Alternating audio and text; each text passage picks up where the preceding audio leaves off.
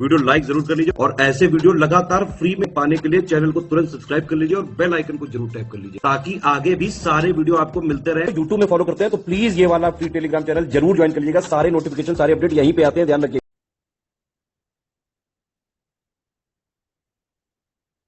Hello everyone, welcome you all to Study for Civil Services. Places in news की इस initiative को start किया जा रहा है।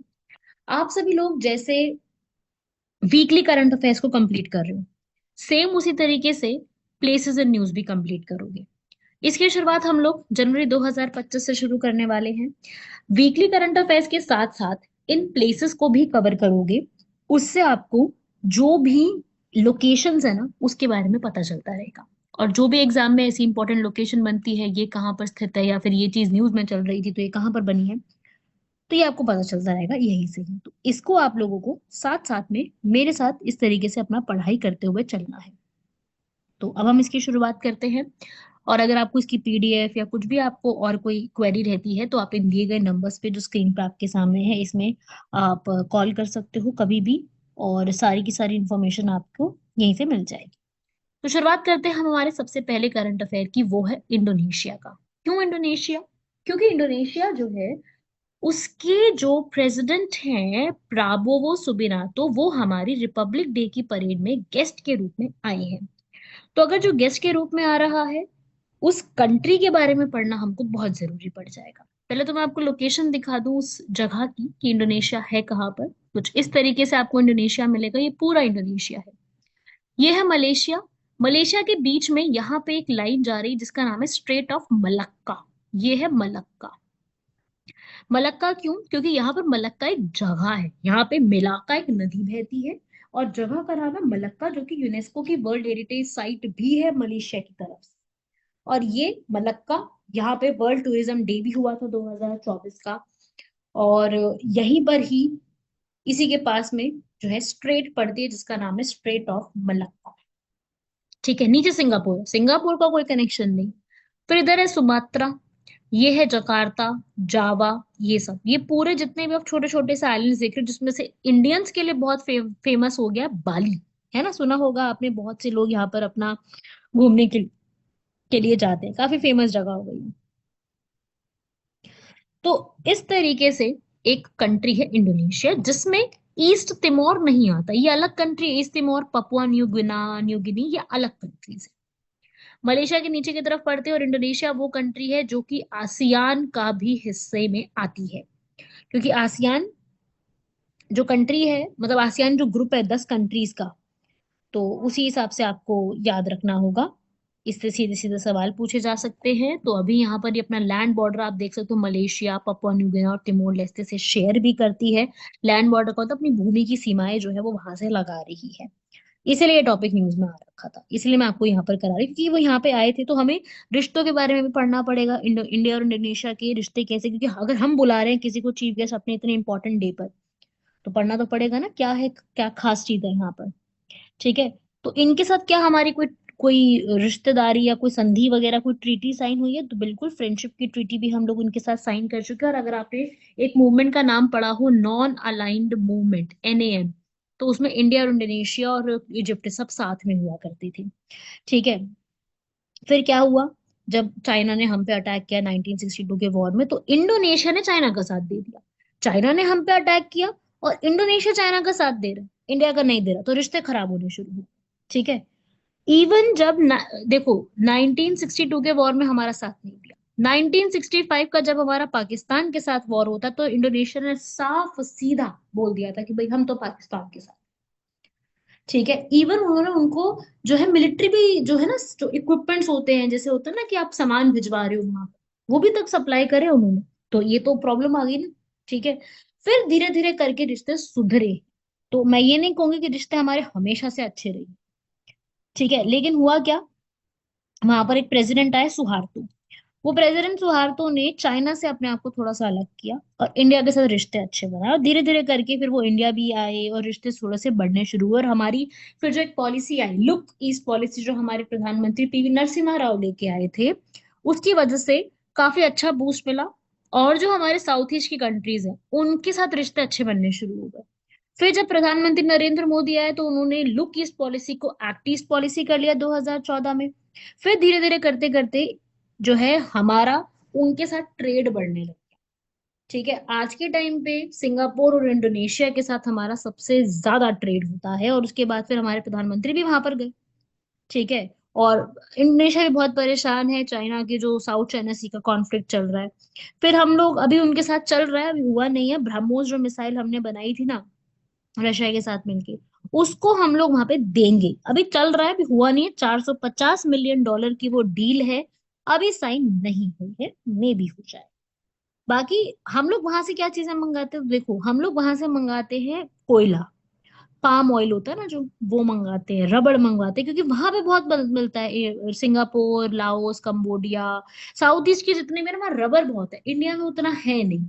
हम भेजते हैं यहाँ से पेट्रोल, एग्रीकल्चर का सामान हो गया, टेलीकम्युनिकेशन की चीजें हो गई, वो हम खूब वहां भेजते हैं। बाकी इनके साथ हम एक्सरसाइजेस भी करते हैं, गरुड़ शक्ति, समुद्र शक्ति, ये सब एक्सरसाइज होती है। ठीक है। और साथ ही साथ दोनों कंट्रीज अपने रिलेशन सुधारना चाहती हैं, जो पहले हो गया वो पहले की चीजें हैं।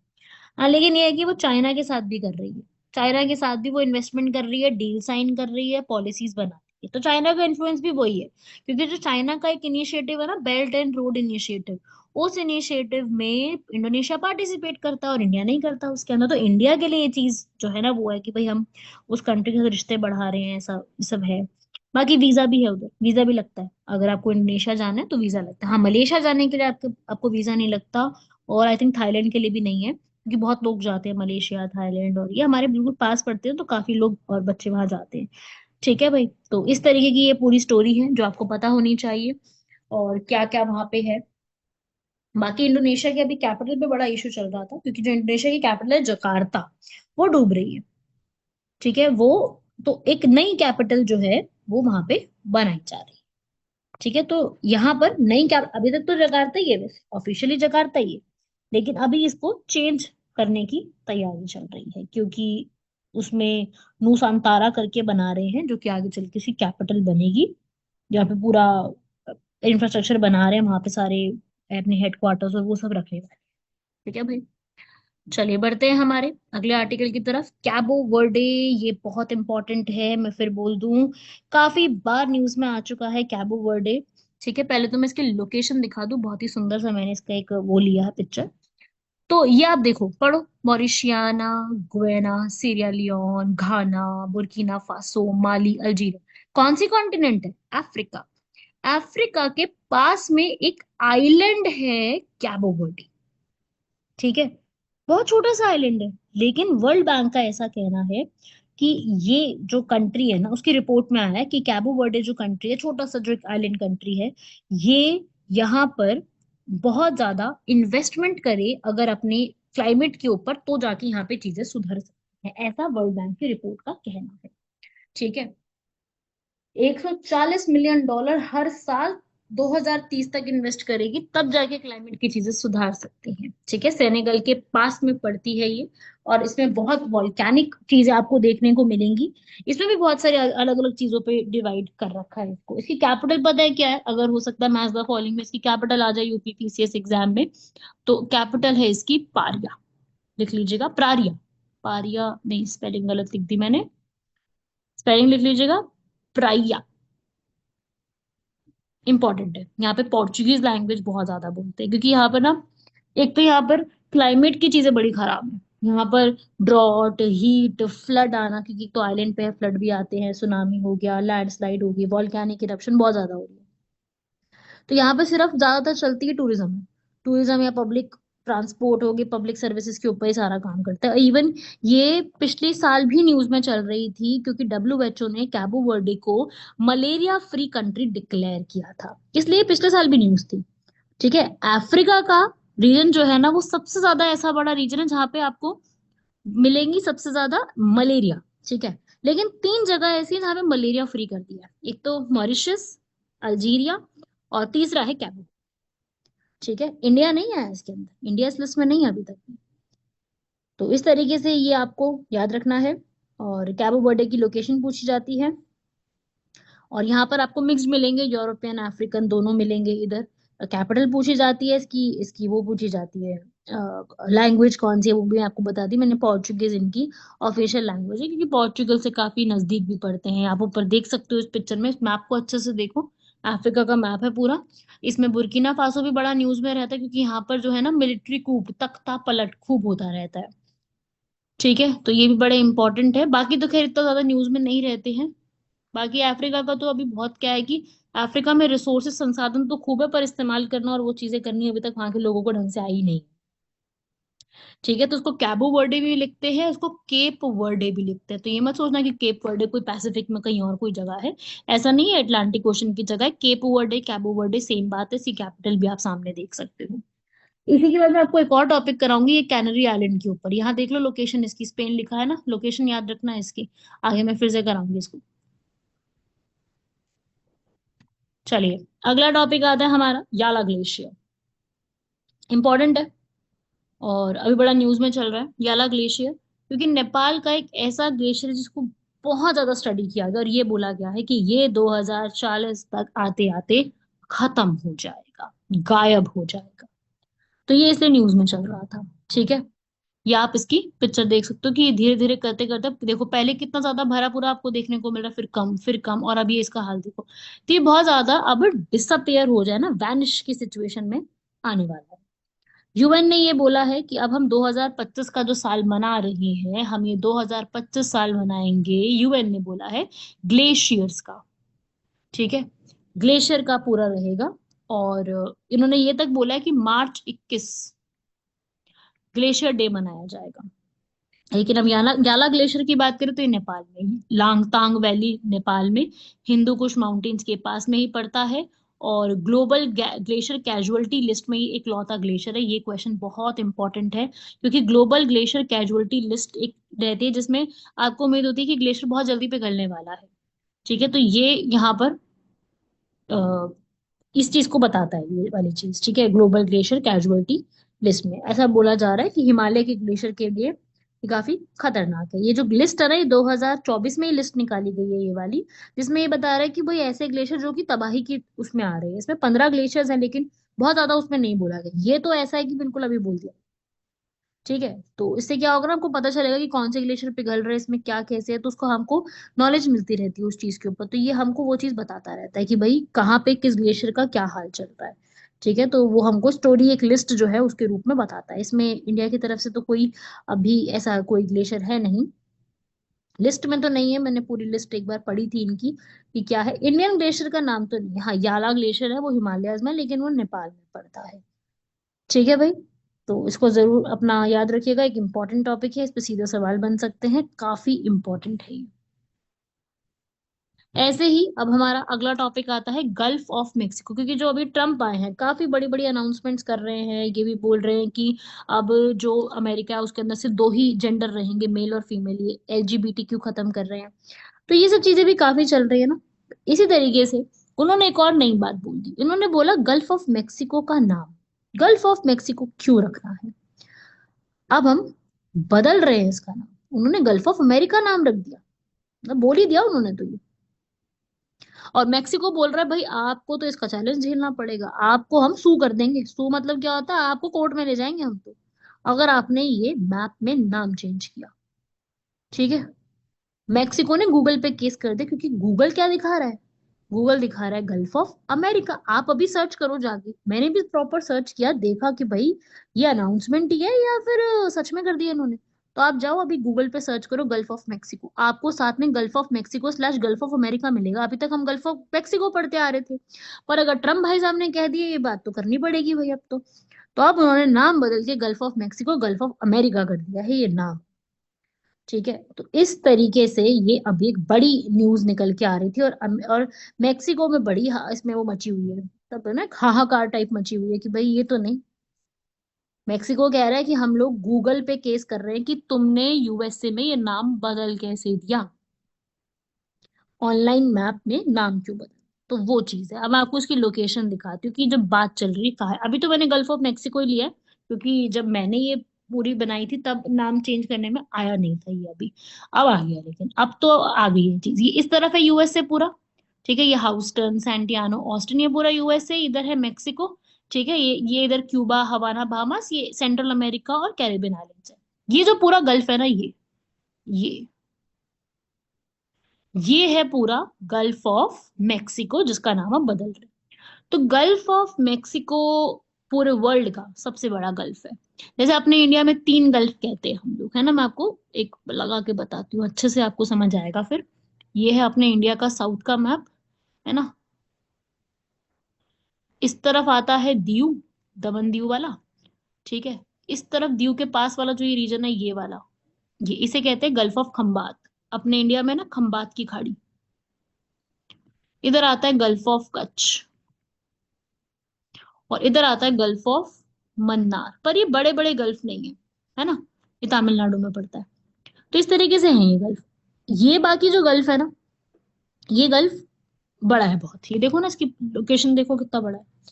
तो वहां पे है ये है पूरा माजरा जो हमें पढ़ना है।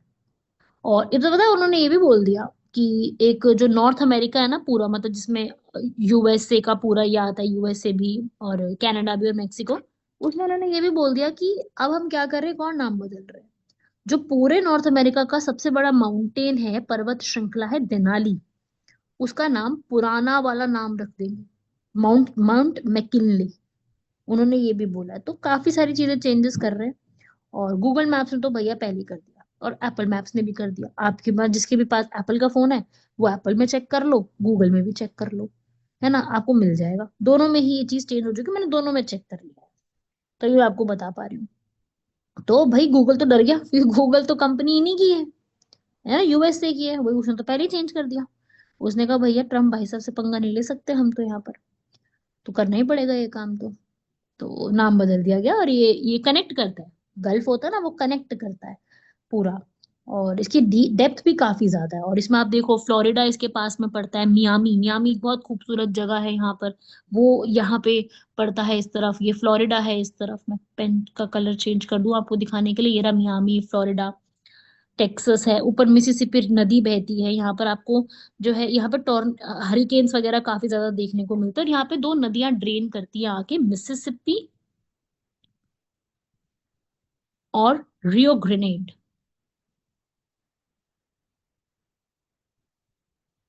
ठीक है, चलो बढ़ते हैं इसके बाद अगले टॉपिक की तरफ। ये बार एक बार इसमें पढ़ लो आप। ये मैंने बता ही दिया, स्पेनिश नाम है gulf of Mexico. North America है ऊपर, इसका दूसरा नाम है मेडिटेरेनियन ऑफ द अमेरिकाज।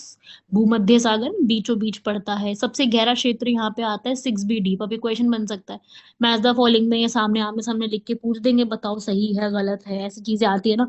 तो ऐसी चीजें पूछ सकते हैं।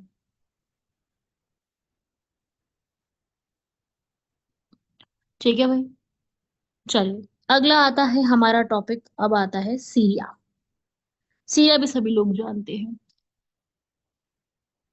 बहुत ज्यादा न्यूज में रहता है। सीरिया का सिविल वॉर इतना न्यूज में रहता है। यूएसए वहां से बैकआउट कर चुका है। यूएसए ने बोल दिया कि हम तो यहाँ से हट रहे हैं, है ना। तो अब जो सीरिया है, वो हमेशा, मतलब अब तो हद से ज्यादा ही न्यूज में है। ठीक है, पहले तो मैं लोकेशन बताती हूँ, फिर टॉपिक पे आगे बढ़ते हैं। सीरिया का पूरा क्राइसिस समझाती हूँ मैं आपको। पहले तो ये देखते हैं कि सीरिया है कहाँ पर। ये है सीरिया, वैसे कैपिटल डेमिस्कस।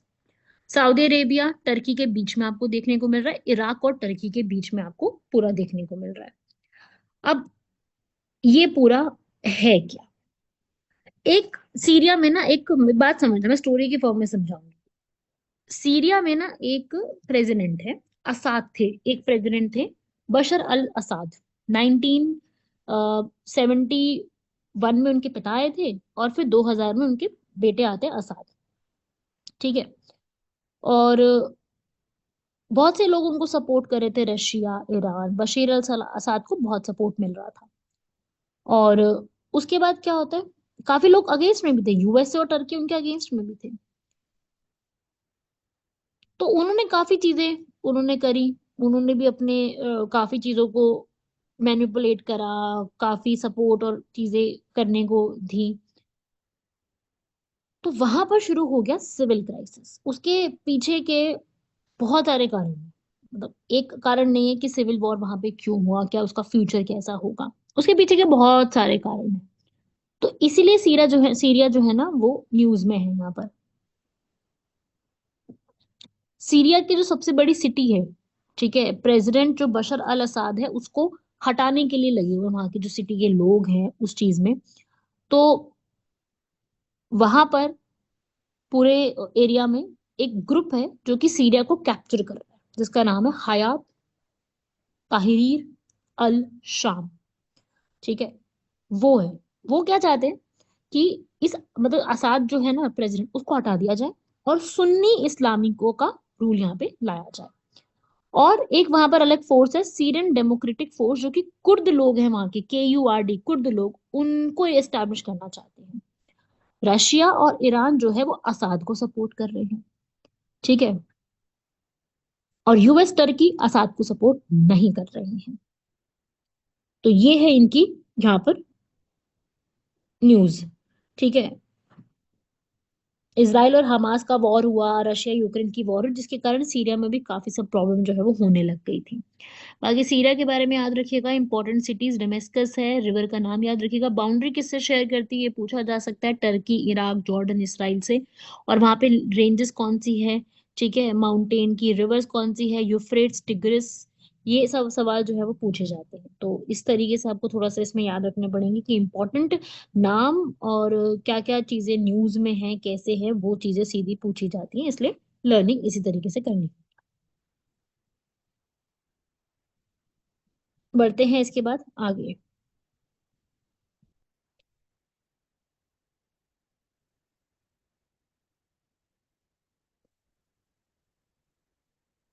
नेक्स्ट, डिब्रूगढ़ न्यूज में चल रहा था क्योंकि अभी असम के जो चीफ मिनिस्टर है हिमंता बिस्वास, वो कह रहे हैं कि डिब्रूगढ़ को अब सेकंड कैपिटल बनाएंगे।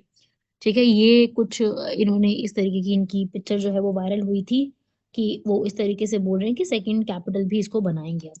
तो काफी ज्यादा न्यूज में चल रहा था ये टॉपिक भी, मैंने सोचा कि मैं करा दूं यहाँ पर, क्योंकि वहां पर हम लोग चीजें सुधारना चाहते हैं, ऐसा वो कह रहे हैं। मैप में भी दिखाऊंगी मैं आपको ये जगह कहाँ पर है।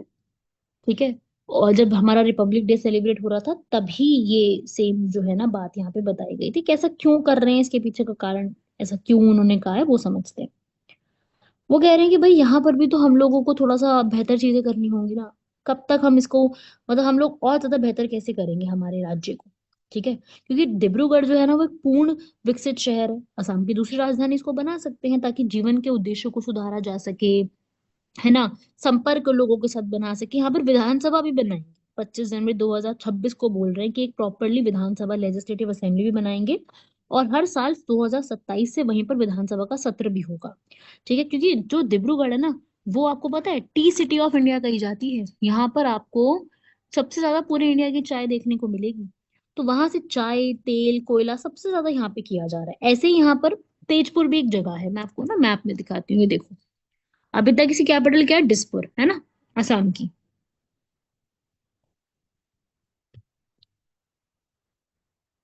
आप देख सकते हो कि कितने सारे हैं, ये रहा डिब्रूगढ़। आप लोकेशन देख सकते हो, डिब्रूगढ़, तिनसुकिया इस तरफ है।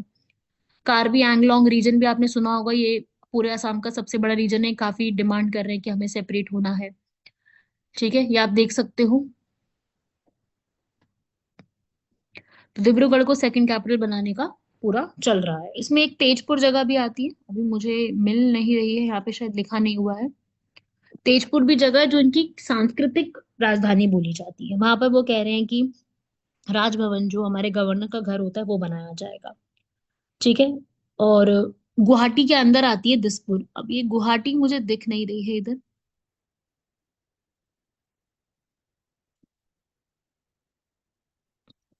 बाकी यहाँ पर आपको पता है कि मेन जो बहती है नदी वो क्या है यहाँ पर, ब्रह्मपुत्र, सबसे इंपॉर्टेंट नदी जो है वो ब्रह्मपुत्र यहाँ बहती है।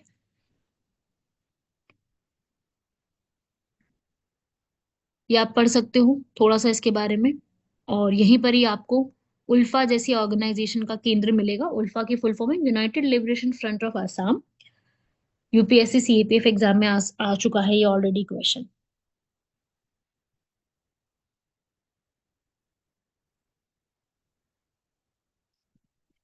कुछ इस तरीके का जो है वो जगह दिखती है। चलिए अगला बढ़ते हैं। तिब्बत में अर्थक्वेक आया था 7.1 का। अभी तो दिल्ली में भी आया, आपने सुना होगा, दिल्ली में भी काफी बुरा अर्थक्वेक आया था। तो अभी अर्थक्वेक जो है वो तिब्बत के शिगात्से रीजन में आया है। तिब्बत में एक जगह है शिगात्से, यहाँ देखो बिल्कुल जो है वो आप देख सकते हो सिक्किम के पास पड़ता है। ये है हमारा सिक्किम, जिसको हम 1975 में अपना बनाया था। यहाँ पर जो है आपको जो है टिंगरी और शिगात्से रीजन में देखने को मिलेगा। उसे जहां जहां पे आया है ना, जो आप ये देख रहे हो ना मेन पॉइंट ये बनाया हुआ जो अर्थ का, ये इसे कहते हैं एपिसेंटर, भूकंप का केंद्र। ठीक है, यहाँ पे आपको देखने को मिलेगा। माउंट एवरेस्ट के 80 किलोमीटर के पास में ही था। तो ये टॉपिक काफी न्यूज में आ गया था जब से अर्थक्वेक आया। तो अभी दिल्ली में भी अर्थक्वेक आया है, तो उसको भी मैं कवर करूंगी हमारे फेब्रवरी के जो प्लेसेस एंड न्यूज होंगी उसमें मैं आपको कवर करके पूरा बताऊंगी। ठीक है, अब मैं बताऊं शिगात्से के बारे में कुछ, क्योंकि मैंने शिगात्से के बारे में काफी चीजें पढ़ी। जब हुआ तो मैंने भी काफी कुछ जाना शिगात्से के बारे में। शिगात्से जो है ना, यहाँ पे अर्थक्वेक आते रहते हैं। यहाँ पर ना आप कहो कि ये तिब्बत की ना एक कल्चर कैपिटल है, क्योंकि यहाँ पर ना पंचेम लामा जो है ना, ठीक है, दलाई लामा उनके मेन स्पिरिचुअल हेड है, आध्यात्मिक गुरु हैं। उसके बाद नंबर आता है पंचेम लामा का। अब दलाई लामा तो भारत में रहते हैं, डलहौजी के अंदर, है ना, वो तो भारत में पूरी उनको नहीं, डलहौजी में नहीं, धर्मशाला में रहते हैं। लेकिन जो ये हैं पंचेम लामा, ये वहीं रहते हैं। तो इनका ये एक एरिया है वहां पर। ठीक है, तो इस तरीके से वाला एरिया ना काफी एक्टिव भी है। यहाँ पे काफी सारे आपको जो है जोन में अर्थक्वेक देखने को मिलते रहेंगे। लहासा इनकी कैपिटल है। लहासा के रीजन में आपको बहुत अर्थक्वेक्स जो है वो देखने को मिलेंगे। ठीक है भाई, तो इस तरीके से याद रखिएगा बिल्कुल, इसके बारे में इंपॉर्टेंट है ये सारी चीजें।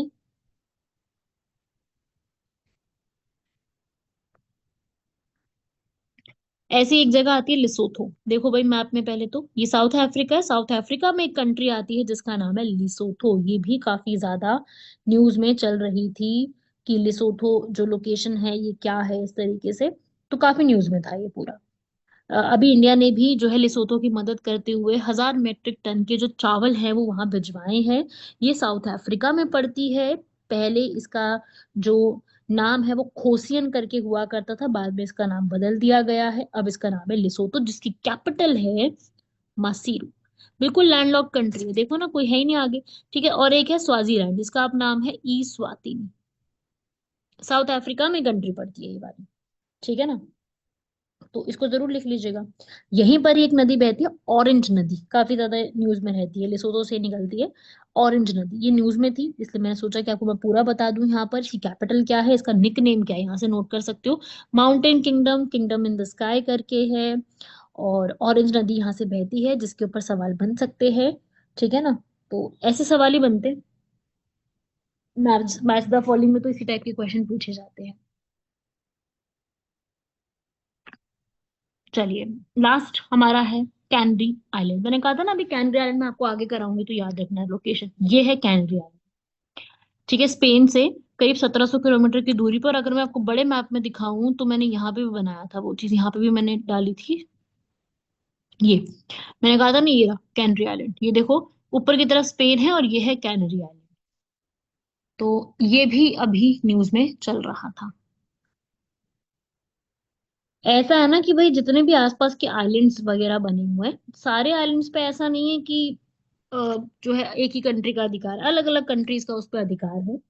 और ये अफ्रीका का हिस्सा है वैसे होना चाहिए, लेकिन ये असल में अफ्रीका का हिस्सा ना होकर के ये स्पेन मतलब यूरोप का एक हिस्सा बनाया गया है। जैसे ऑस्ट्रेलिया की भी पास बहुत सारी है जो कि फ्रांस ने कब्जे में कर रखा है, तो इस तरीके से है यहाँ पर। ठीक है, तो ये बोल रहे हैं कि भाई यहाँ से ना लोग बहुत जाते हैं। मतलब अगर अफ्रीका से किसी व्यक्ति को स्पेन जाना है, यूरोप जाना है, तो वो या तो इस जगह से जाता है, ये स्ट्रेट ऑफ जिब्राल्टर से ये है, या तो मोरक्को से उधर होते हुए जाते हैं, अल्जीरिया से होते हुए जाते हैं, या फिर कैनरी आइलैंड से होते हुए भी जाते हैं। तो ये ना रास्ता बहुत ज्यादा ऐसा है कि जो कि डेडलीस्ट है। मतलब यहाँ पर इस जर्नी से डंकी होते हुए जाते समय 10,000 से ज्यादा प्रवासियों ने अपनी जान गंवा दी है। तो इस तरीके से ये टॉपिक न्यूज में चल रहा था। ठीक है, तो ये है यहाँ पर। और बहुत से वेस्ट अफ्रीका को छोड़ के वो स्पेन और यूरोप में जाकर के बसने को इसी आइलैंड से होते हुए वहां पे गए। तो वहां से ये टॉपिक न्यूज में आया था। इसलिए इसको गेटवे टू यूरोप भी कहते हैं, यूरोप जाने का रास्ता भी कहते हैं। लेकिन यहाँ पर जो ये पूरी जर्नी है यहाँ से जाने की, बड़ी खतरनाक जर्नी है, क्योंकि यहाँ पर इतने स्ट्रॉन्ग विंड्स हैं, ओशन करंट जो उसे हम कहते हैं ना, जो समुद्र में आते हैं, ठीक है। बोट्स अच्छी नहीं है, भरे हुए हैं लोग यहाँ पर और कंडीशन बहुत खराब है, जिसके कारण यहाँ पे बहुत ज्यादा समस्याएं देखने को मिलती हैं। तो इसलिए ये टॉपिक जो है वो न्यूज में चल रहा था। ठीक है भाई, तो आपने सारे ये प्लेसेस ऑफ न्यूज कवर किए हैं। अब हम जनवरी के कंप्लीट कर रहे हैं, अगले महीने आपको पूरे जो है फेब्रुवरी के प्लेसेस इन न्यूज भी कवर कराए जाएंगे। और आप सभी लोग कैसे वीडियो लगी, क्योंकि अब हमें पूरा पूरे से दोबारा से स्टार्ट किया हमने, ठीक है। अगर आप में से किसी भी बच्चे को कोई भी इसमें प्रॉब्लम आई या समझ में नहीं आया या आपको अच्छा लगा, तीनों चीजों के हिसाब से मुझे एक बार प्लीज बताइएगा जरूर यहाँ पर मैसेज करके, मतलब वो कमेंट बॉक्स होता है ना, तो इसमें तो ये जरूर बताइएगा। बाकी आप लोगों से अगले महीने और लेक्चर के साथ और चीजों के साथ मुलाकात होगी। प्लस वीकली करंट अफेयर्स को फॉलो करना ना भूले। वीकली करंट अफेयर्स मैंने आप लोगों को हर हफ्ते की प्रोवाइड कराए हैं। तो करंट अफेयर की जिम्मेदारी आप उठाइए और उसको पढ़ाई करते रहिए, उसमें कुछ भी स्किप मत करिए, क्योंकि हर एक पॉइंट इंपॉर्टेंट हो सकता है। हम नहीं जानते क्या चीज इंपॉर्टेंट हो जाएगी, तो हर एक पॉइंट इंपॉर्टेंट हो सकता है, इसलिए हर चीज को पढ़ना बेहद जरूरी है। चलिए मिलते हैं आप लोगों से नेक्स्ट लेक्चर में, तब तक के लिए धन्यवाद, शुक्रिया, जय हिंद। अपनी ऐसे ही पढ़ाई जारी रखिए।